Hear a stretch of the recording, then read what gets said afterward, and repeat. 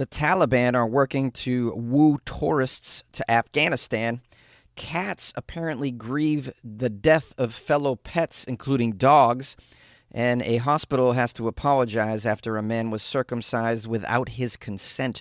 These are the weird stories for Thursday on Weird AF News, the only daily weird news podcast recorded by a comedian, quote, comedian, inside a closet. The Taliban are working to lure tourists to Afghanistan. Hey, look out, North Korea. You got some competition now. The Taliban want us to visit Afghanistan. Yeah, come for the cheap falafel and stay because you're now a prisoner for life in Afghanistan. Listen, I don't want to prejudge. Maybe it's a wonderful place. Let's find out. The article begins with a scene. 30 men are crammed into a classroom, part of the debut student cohort at a Taliban-run institute training tourism and hospitality professionals. The students vary in age, education level, and professional experience. Of course, they're all men because Afghan women are banned from studying beyond 6th grade. And they don't know anything about tourism or hospitality per se, but they're all very eager to promote a different side of Afghanistan. And the Taliban are very happy to help. Afghanistan's rulers are pariahs on the global stage, largely because of the restrictions on women and girls.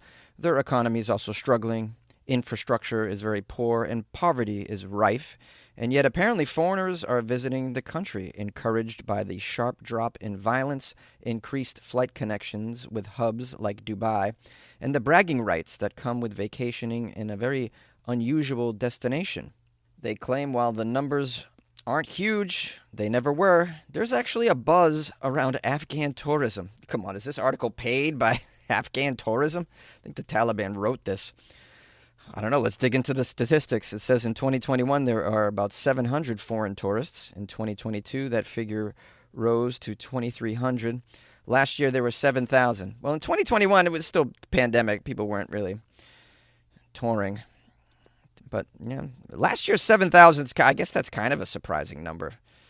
I don't know why you'd want to go here. What kind of tourist sites are even remaining there? Come see where our museums and government buildings used to be on our Smoking Crater tour.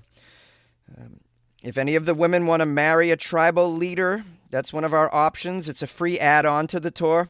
I recommend having an early lunch today so as not to miss the 1 p.m. beheadings. And just a reminder, the sundown stonings will be happening, and you can buy a bag of rocks at the rock stand.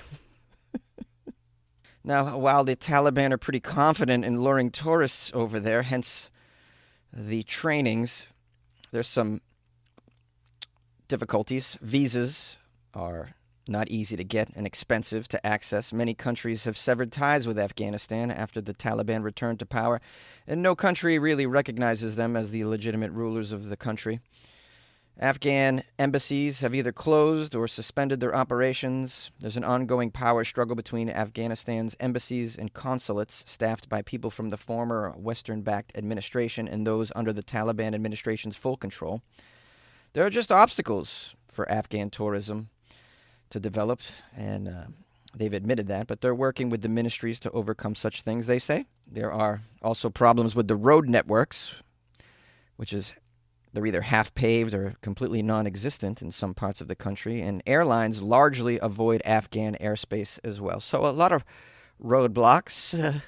Also, I believe the price for kidnap insurance is not cheap, so that's obviously a barrier to entry if you're considering.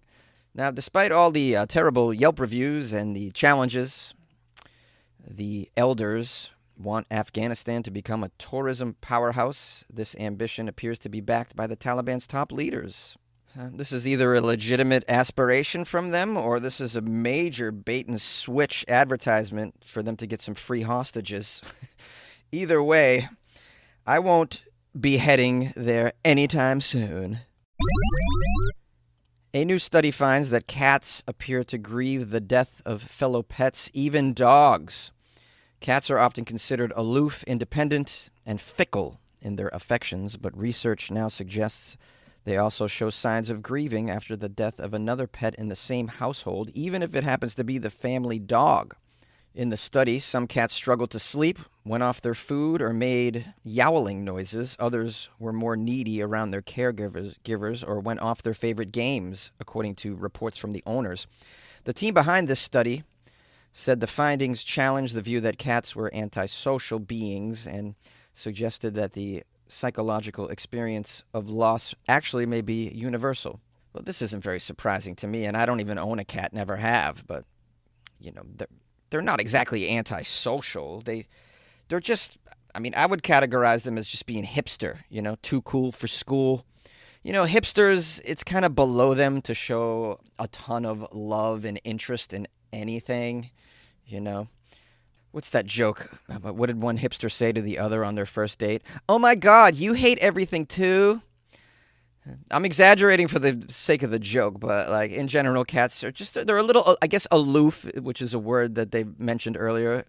I would call them aloof. That's pretty accurate, but not completely antisocial. Like the death of a family member or another pet in the household isn't going to affect them, They hunt alone, but they definitely exhibit social behaviors. They form colonies. They groom each other. So they recognize group mentality. So losing a member of the group is obviously going to affect the mood of a cat. So I'm not sure this is a lot of science. I'm hoping they didn't get billions of dollars to study what seems to be obvious to someone like me who doesn't even own a cat, never has. All right, let's get back into the story from our scientist, a.k.a. Captain Obvious. They say psychological experiences following the death of a family pet for cats showed the following. They engaged less in sleeping, eating, and playing, but more so in seeking attention from humans and the other pets, hiding, spending time alone, and appearing to look for their lost companions. This study was published in a journal called Applied Animal Behavioral Science. They say mourning is a well-established phenomenon in the animal kingdom, with elephants, dolphins, and chimpanzees, for example, performing complex behaviors such as guarding the body of a companion after death.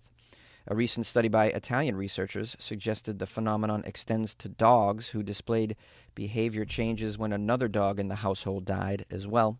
In this particular study, they got their data from caregivers of more than 450 cats who also had another pet in the household, either a cat or a dog, that happened to die recently. And they were asked, this is from a questionnaire, they were asked about the living cat's behavior. In about 2/3 of cases, the deceased pet was another cat and the rest were dogs.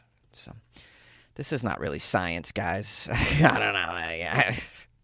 I want to get paid for not doing what I am supposed to be paid to do. This a groundbreaking study also suggested that cats were more profoundly affected the longer they lived with the fellow pet that had passed away. Wow, who would have thought? Look, people have been joking about cats' whole I don't give a damn attitude about things that go on. I've heard some amazing jokes from comedians just kind of comparing the excitability and lovability of their pet dogs as compared to the cats. But at the end of the day, these aren't antisocial creatures by any means. They're a little weird cats, I would say, in general. They're kind of like if you ever had a goth child in your household. They kind of just stay in their room a lot and they just come out to feed now and again. I think that kind of sums up cats. They want to be hugged though too. They like it. But also sometimes they just need to stare out a window and judge passersby with an I don't give a damn look on their faces. Ryan Reynolds here from Mint Mobile. With the price of just about everything going up during inflation, we thought we'd bring our prices down. So to help us, we brought in a reverse auctioneer, which is apparently a thing. Mint Mobile Unlimited Premium Wireless. How to get 30, 30, how to get 30, how to get 20, 20, 20, how to get 20, 20, how to get 15, 15, 15, 15, just $15 a month? Sold! Give it a try at mintmobile.com/switch. $45 up front for 3 months plus taxes and fees. Promo rate for new customers for limited time. Unlimited more than 40 gigabytes per month. Slows full terms at mintmobile.com. A hospital in New Zealand has to apologize after a man was circumcised without his consent. And as an American, all I can say is, welcome to the club, bro. Well, this is no laughing matter. This guy was circumcised without his consent, and that is not okay. Although if we're being honest, most circumcisions in the world are done without patient consent because, babies. Which, when you think about it, is kind of nuts that we're still doing this. Given what we know now, that medically it's not really necessary. This is more of a cosmetic procedure, yet we keep on doing it. So let us get the details about this poor New Zealand man who has not been named, circumcised without his consent. The report states he was seen by a consultant urologist via a telehealth appointment about his condition known as this one's not easy to pronounce here. This condition is balanitis exotica obliterans. Balanitis exotica obliterans. Well, they call it BXO, so I'm just going to call it BXO. BXO is a thin, white, scaly, and inflammatory patch that appears on the foreskin of the penis. It sounds like a nightmare. I would never want to wake up with balanitis BXO. I don't want to wake up with BXO is what I meant to say. But considering as I am what is called bereft of foreskin, I don't think I'll ever have this problem.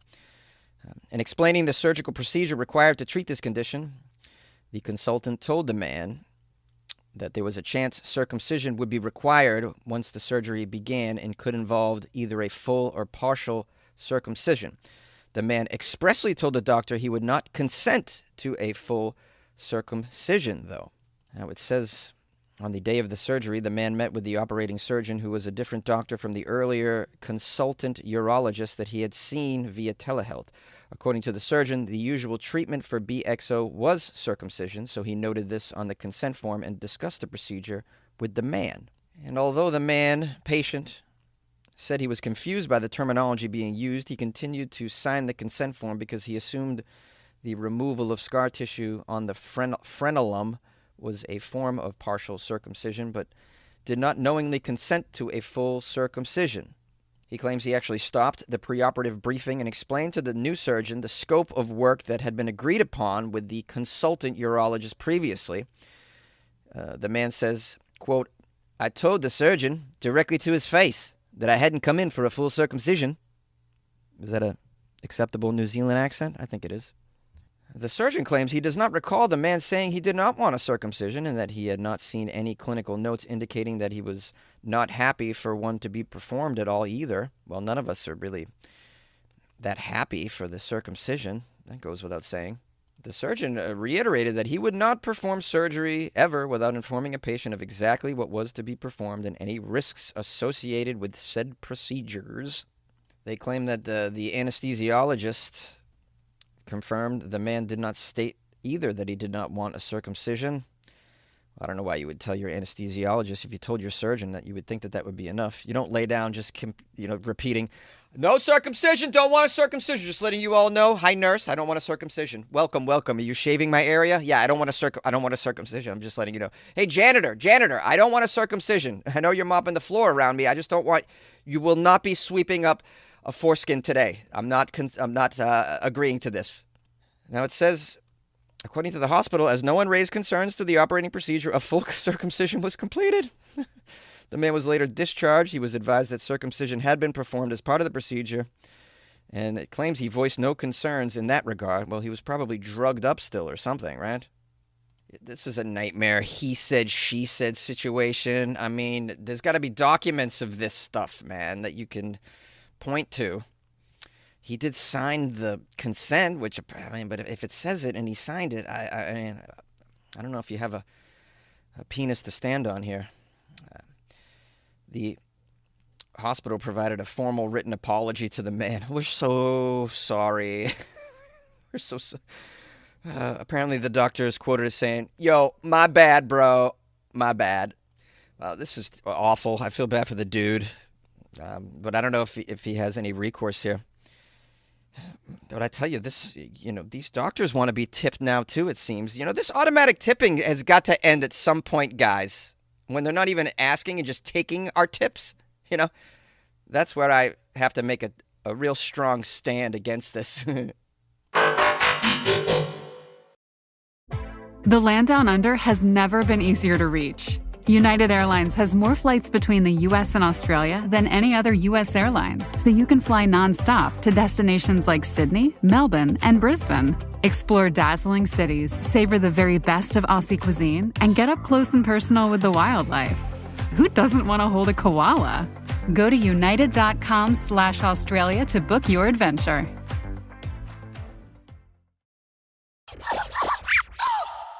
Hey, friends. So yesterday I did a song about monks that seem to be addicted to energy drinks, and I thought today I'd screw around and create an AI song about monks high on energy drinks. So allow me to introduce, for the first time ever, the release of the song Monks of Mayhem.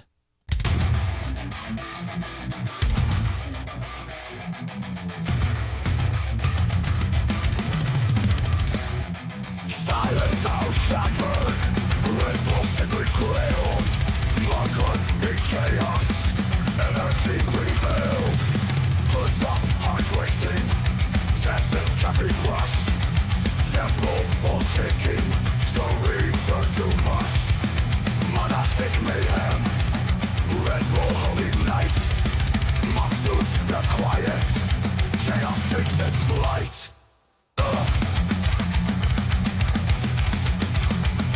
The scrolls of discipline, liquor replaced, gods lose their quiet, chaos takes its flight.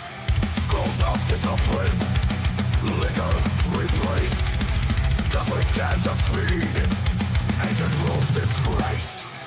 Let's rock. All right, well, I had to cut that off a little early. You got the point of the Monks of Mayhem. Mayhem, not mayhem. Mayhem. I'll be posting a download to that in the Patreon, along with some of the lyrics, because I think it's difficult to understand the lyrics because it's death metal, but they're very, very funny. Maybe death metal wasn't the best choice for a genre, but I thought it matched the theme anyways. I thought I would try it, so it didn't take me very long. I just had AI do all the work. AI's writing my songs for me. I wish AI would just run my life. That'd be pretty cool. I don't want to do anything. So maybe one day down the road.